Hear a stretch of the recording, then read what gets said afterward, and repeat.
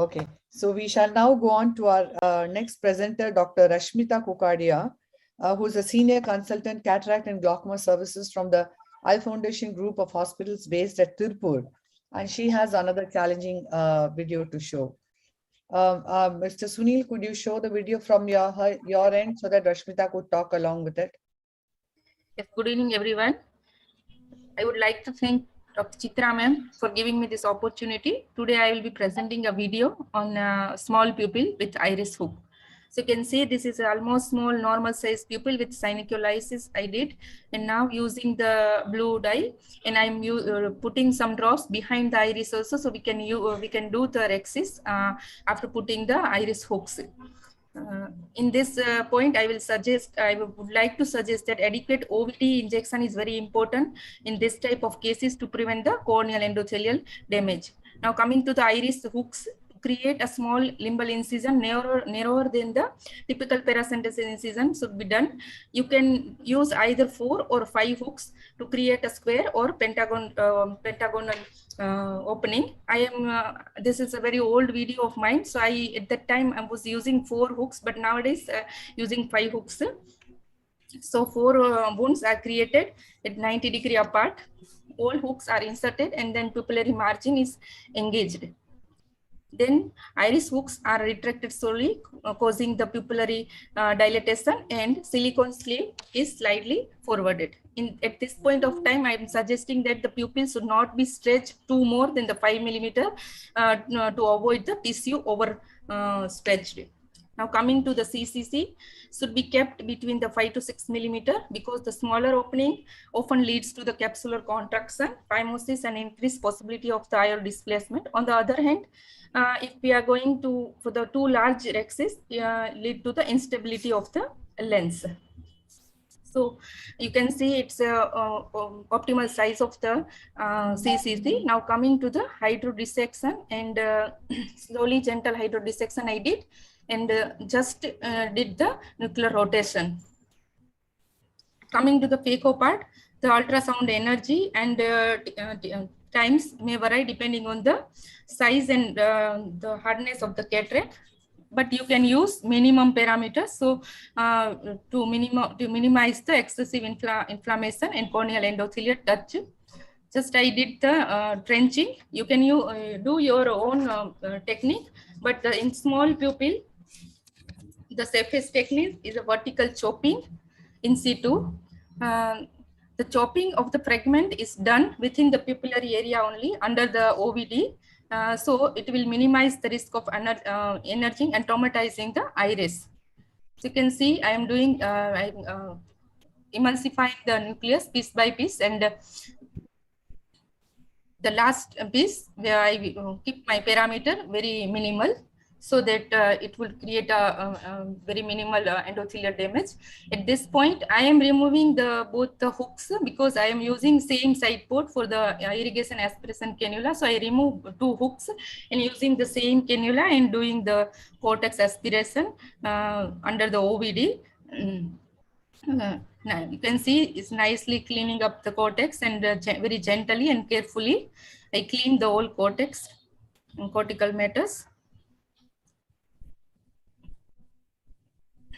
And remove the remaining 2 hooks, and lastly putting the lens under the viscoelastic substance.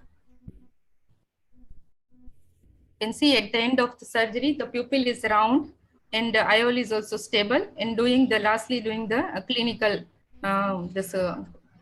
cortical cleaning, OVD cleaning.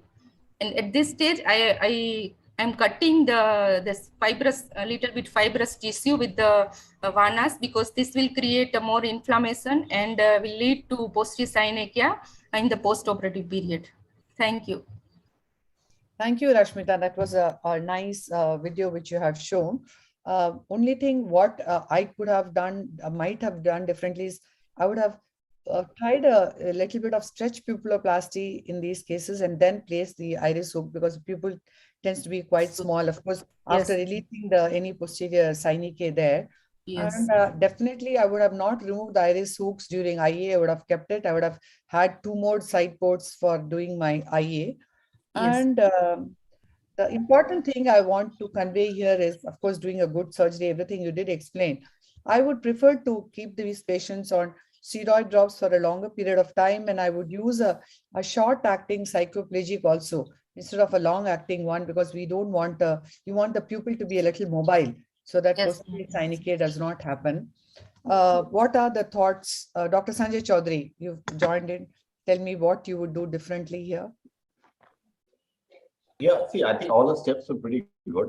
Yeah. What I would really think of in the end, the pupil is fibrosed, Yes. and now there are ways to kind of hold one edge of the fibrosed pupil and Yeah. and tear away the edge of the fibrosis from the pupil, so the pupil kind of comes back to its normal size. So that gives it the patient a lot of advantage of having a pupil of a normal size.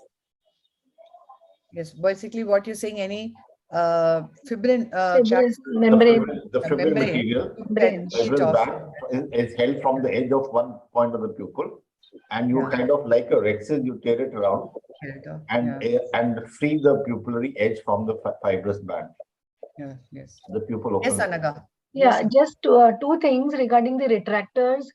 Where to insert it and how much to Yeah. pull is a very important factor. Yeah. If it Yeah. is pulled too tight from actually till the limbus, then you're definitely going to have a lot of sphincter tears, and Yeah. post-operatively the pupil is going to remain largely dilated and irregular.